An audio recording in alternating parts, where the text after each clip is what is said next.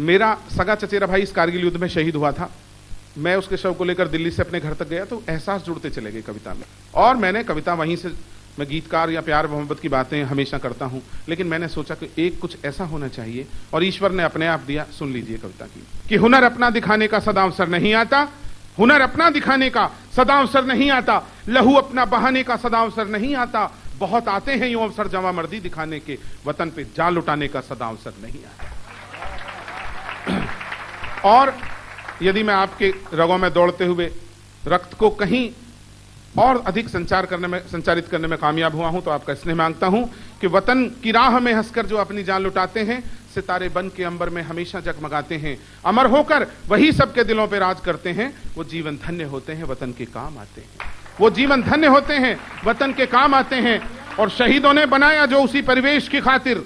शहीदों ने बनाया जो उसी परिवेश की खातिर, अमर होकर जो हमको दे गए संदेश की खातिर, ये दिल कुछ भी अगर सोचे वतन के वास्ते सोचे, कलम कुछ भी अगर लिखे तो लिखे देश की खातिर,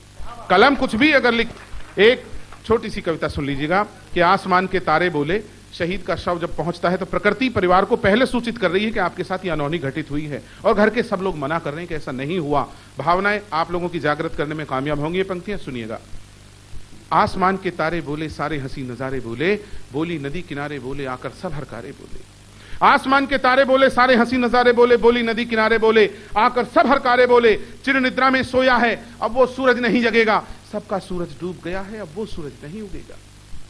सबका सूरज डूब गया है अब वो सूरज नहीं उगेगा। बंद पड़ी शहनाई बोली, बहना की बीनाई बोली, फिर राखी के धागे बोले, हम हैं बहुत अभागे बोले, एक पावन रिश्ते का जैसे हर एक बंधन टूट गया है, अब के राखी भेज ना पाई मेरा भैया रूठ गया है। कि अब के एक पावन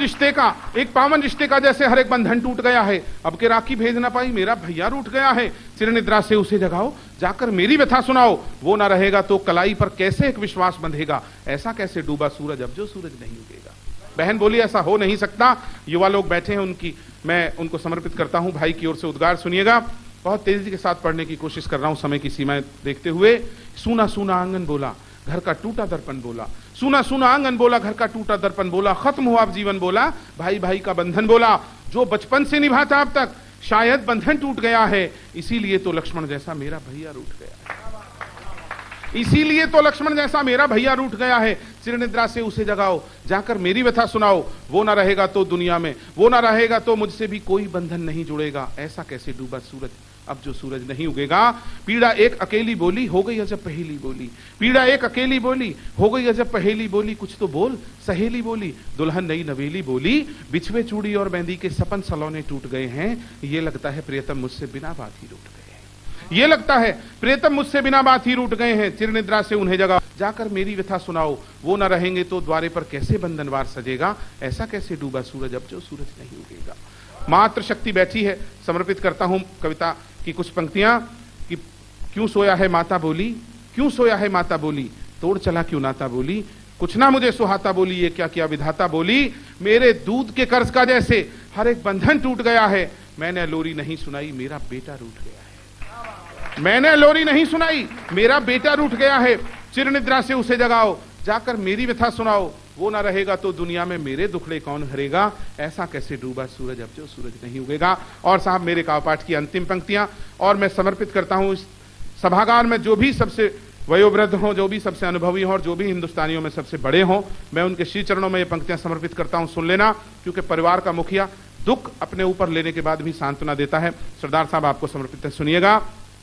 बापू लिए निशानी बोला, बेटा था बलिदानी बोला, बापू लिए निशानी बोला, बेटा था बलिदानी बोला, फिर आंखों का पानी बोला, हो गई अमर कहानी बोला, मोह के जितने भी बंधन थे बेशक बंधन तोड़ गया वो, मोह के जितने भी बंधन थे बेशक बंधन तोड़ गया वो, लेकिन हर भारतवासी के दिल से हमको जोड़ गया वो।